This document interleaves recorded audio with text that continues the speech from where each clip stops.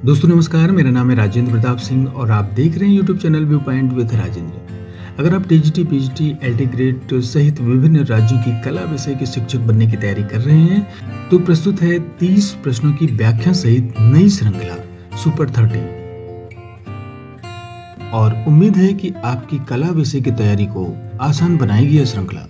अगर आप चैनल पर नए हैं तो चैनल को सब्सक्राइब जरूर कर लीजिएगा ताकि आपको कला विषय से संबंधित नए वीडियो लगातार मिलते रहें। तो फिर चलिए प्रश्नों को शुरू करते हैं। ताजमहल भारतीय नारीत्व की साकार प्रतिमा है, यह कथन किसका है? तो इसका उत्तर है option C, E B Havell. Taj Mahal Uttar Pradesh के आगरा जिले में यमुना नदी के तट पर स्थित है। यह अपने आकार एवं संगमरमर के प्रयोग के कारण एक अनोखे वास्तुशिल्प के लिए प्रसिद्ध है, जिसका डिजाइन उस्ताद अहमद लाहौरी ने तैयार किया था, जबकि इसका वास्तुकार ईसा खां थे। ईबी हैबल ने इसे भारतीय नारीत्व की साकार प्रतिमा कहा है। तैल रंगों में मालाबार ब्यूटी किसने चित्रित किया था? तो इसका उत्तर है ऑप्शन सी, राजा रवि वर्मा। मालाबार ब्यूटी का चित्रण तैल रंग में राजा रवि वर्मा ने किया था। राजा रवि वर्मा तैल रंग के प्रख्यात चित्रकार थे। फिरका पेंटिंग का संबंध किस चित्रण शैली से था?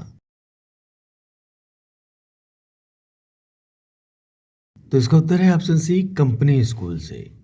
फिरका पेंटिंग का संबंध कंपनी चित्रण शैली से था। कंपनी शैली के चित्र प्रायः 8x6 इंच के आकार में बनते थे। स्थानीय भाषा में कंपनी स्कूल के चित्रों को फिरका कहा जाता था। कंपनी शैली के कुछ प्रसिद्ध चित्रकार थे जैसे कि शिवदयाल, फकीर चंद, शिवलाल, मुकुंदलाल, ईश्वरी प्रसाद, गोपाल दास आदि। मुगल सुंदरी के चित्र किसके समय में बने? तो इसका उत्तर है ऑप्शन सी, जहांगीर। मुगल सुंदरी के चित्र जहांगीर के समय में और यमन सुंदरी के चित्र शाहजहां के समय में बने थे। भारतीय वास्तुकला में सर्वप्रथम मेहराब युक्त प्रवेश द्वार कहाँ पाया गया? तो इसका उत्तर है ऑप्शन बी, लूमिस ऋषि की गुफा में। भारतीय वास्तुकला में सर्वप्रथम मेहराब युक्त प्रवेश द्वार लोमस ऋषि की गुफा में पाया गया। आजीवक संप्रदाय के भिक्षुओं के आवास के लिए सम्राट अशोक तथा उसके पौत्र दशरथ ने गया के निकट बराबर तथा नागार्जुनी पहाड़ियों में गुफाओं का निर्माण करवाया था। उत्तरी स्पेन में प्रागैतिहासिक गुफा चित्र स्थित है। तो इसका उत्तर है ऑप्शन ए, अल्टामीरा की गुफा में। यूरोप के उत्तरी स्पेन में अल्टामीरा नामक प्रागैतिहासिक कालीन गुफा स्थित है, जिसकी खोज 1879 ईस्वी में 12 वर्षीय एक बालिका मारिया सातुओला के द्वारा की गई थी। यहाँ से प्रागैतिहासिक कालीन चित्र प्राप्त हुए हैं, जिसमें अधिकांश बाइसन के चित्र हैं। The life of a virgin क्या है? तो इसका उत्तर है option C, woodcut. The life of virgin Albert Durer द्वारा बनाई गई एक वुडकट श्रृंखला है। अल्बर्ट ड्यूरर एक जर्मन चित्रकार, प्रिंट मेकर और जर्मन पुनर्जागरणकालीन कला के अग्रदूत थे। अल्बर्ट ड्यूरर को अपने उच्च गुणवत्ता वाले वुडकट प्रिंट के लिए जाना जाता है। तनखा कुंडलित चित्र किस राज्य में पाए जाते हैं?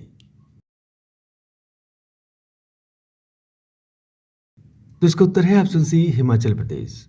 तनखा कुंडलित चित्र हिमाचल प्रदेश का प्रसिद्ध लोक चित्र माना जाता है, जिसका निर्माण छतों, दीवारों आदि पर किया जाता है। अगला प्रश्न है, बुल फाइट सीरीज में पिकासो ने निम्नलिखित में से किसका प्रयोग किया है?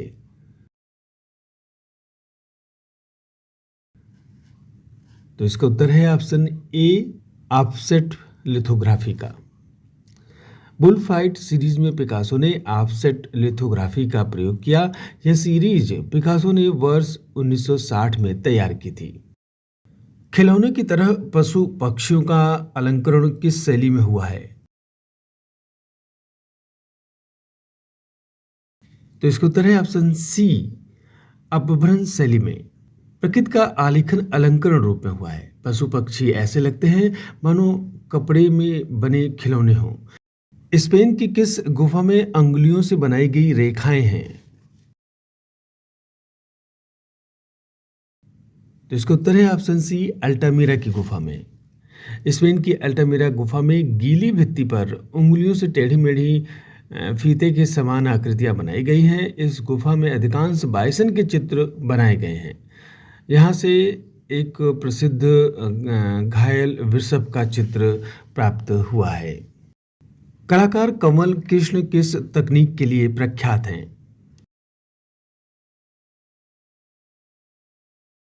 तो इसका उत्तर है ऑप्शन सी, कोलाज प्रिंटिंग के लिए। प्रख्यात कलाकार कमल कृष्ण का तकनीकी माध्यम जो था वो कोलाज प्रिंटिंग था। जल रंग तथा ग्राफिक माध्यम का संतुलित प्रयोग कमल कृष्ण की विशेषता थी। कमल कृष्ण के प्रमुख चित्रों में याकों का झुंड, बर्फ पिघलते खेतों का दृश्य, देवताओं का आवास, जनाजा आदि शामिल हैं। मुगल सम्राट अकबर द्वारा आरंभ किया गया प्राचीनतम पांडुलिपि चित्रण निम्नलिखित में से कौन सा था?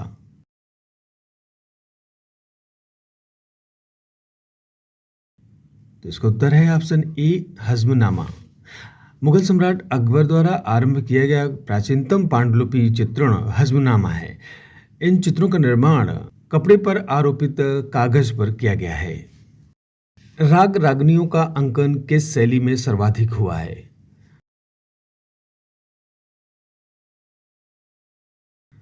तो इसका उत्तर है ऑप्शन डी, राजस्थानी शैली में।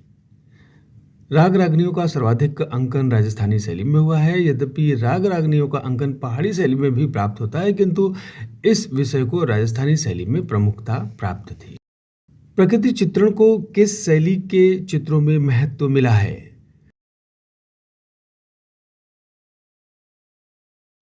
तो इसका उत्तर है ऑप्शन ए, पहाड़ी शैली में। पहाड़ी शैली के अंतर्गत बसोली तथा कांगड़ा शैली में प्रकृति चित्रण का अत्यंत सुंदर तथा अद्भुत चित्रण किया गया है।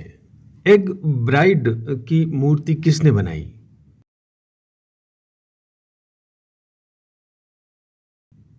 तो इसका उत्तर है ऑप्शन बी, प्रदोष दास गुप्ता ने। एक ब्राइड नामक मूर्ति के मूर्तिकार प्रदोष दास गुप्ता हैं और इनका जन्म 1912 में ढाका में हुआ था। सर्वरी राय चौधरी निम्न में से किसके छात्र थे?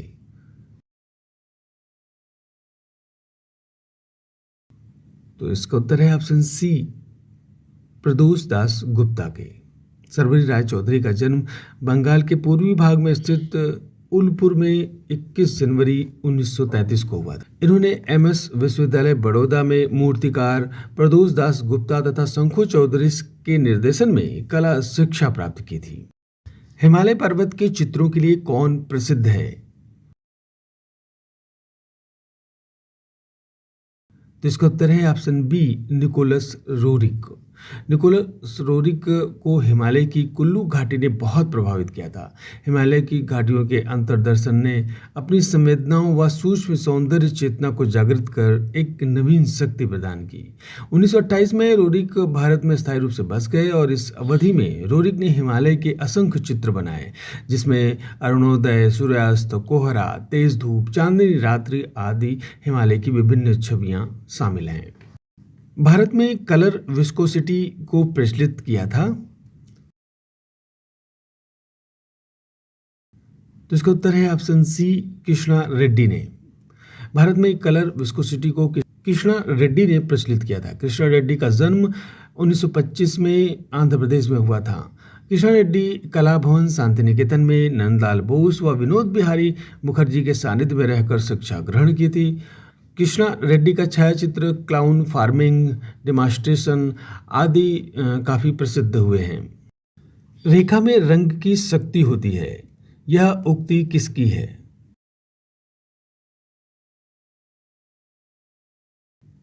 तो इसका उत्तर है ऑप्शन सी, पाल गोगा की। रेखा में रंग की शक्ति होती है, यह उक्ति पाल गोगा की है।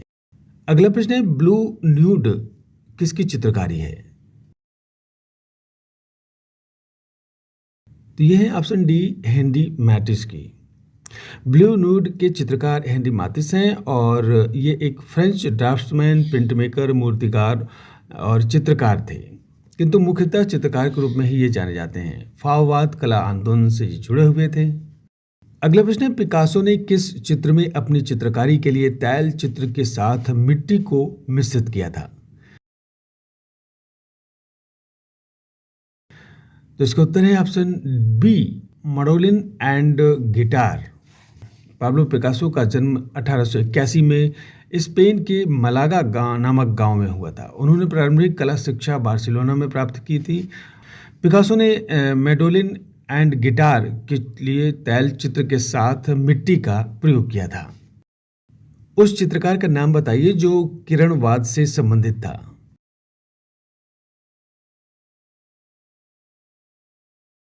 तो इसका उत्तर है ऑप्शन डी, लारियोनो।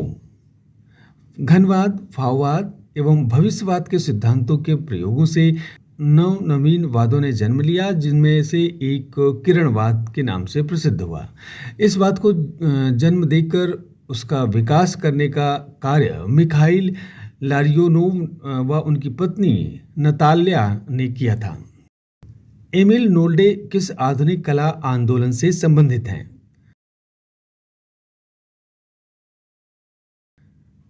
तो यह है ऑप्शन डी, जर्मन अभिव्यंजनावाद से। अभिव्यंजनावाद कला आंदोलन का जन्म जर्मनी में हुआ था। इस आंदोलन का सबसे प्रमुख कलाकार एडवर्ड मुंक को माना जाता है। एमिल नोल्डे भी अभिव्यंजनावाद के प्रमुख कलाकार माने जाते हैं। इनके रेखा चित्रों में गुफा निवासी, आलसी, सामर्थ्य का नकाब आदि प्रसिद्ध हैं। अगला प्रश्न है, तीसरी श्रेणी का डिब्बा किसकी कृति या चित्रकार कौन है इसका? तो इसका उत्तर है ऑप्शन ए, दोमी है। तीसरी श्रेणी का डिब्बा कृति के चित्रकार जो है दोमी है। दोमी के अन्य चित्र इस प्रकार हैं, न्यायालय, शैलियों की लड़ाई आदि उनकी फेमस कृतियां हैं। प्रसिद्ध अति यथार्थवादी कलाकार मैक्स अर्नस्ट का जन्म किस देश में हुआ था?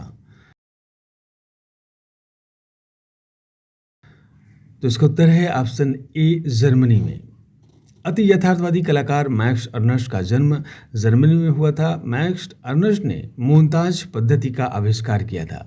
फोटो मोन्टेज, फोटोग्राम, स्मोक पेंटिंग तथा डबल इमेज तकनीक आदि का यथार्थवाद में प्रयुक्त किया गया है। सेरीग्राफ किसका तकनीकी नाम है? तो इसका उत्तर है option A, silk screen printing.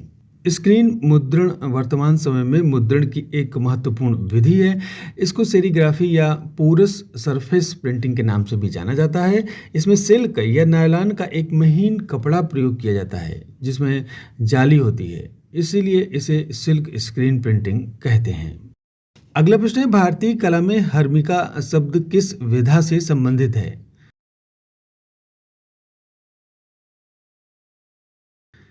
इसका उत्तर है ऑप्शन डी, स्तूप विधा।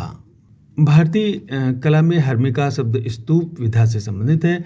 अस्थि अवशेषों के ऊपर समाधि, ऊंचे टीले का बनाना, अंड के आकार का टीला बनाना, इस प्रकार की परंपरा स्तूप निर्माण में बौद्ध व जैन परंपरा में विकसित रही है।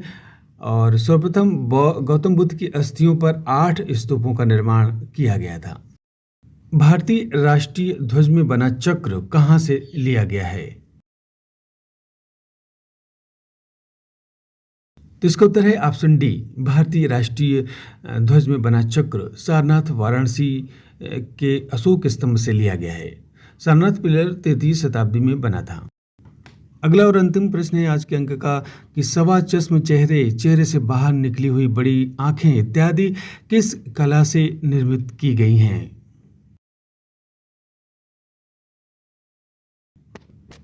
तो इसका उत्तर है ऑप्शन सी, जैन शैली। जैन शैली में सवाचस्म चेहरे बनाए गए थे। चेहरे से बाहर निकली हुई बड़ी बड़ी आंखें इस शैली की प्रमुख विशेषता रही है। तो फिर ये थे कुल 30 प्रश्न। उम्मीद है आपने इन सारे प्रश्नों को सॉल्व किया होगा। मिलते हैं अगले अंक में 30 नए प्रश्नों के साथ। नमस्कार।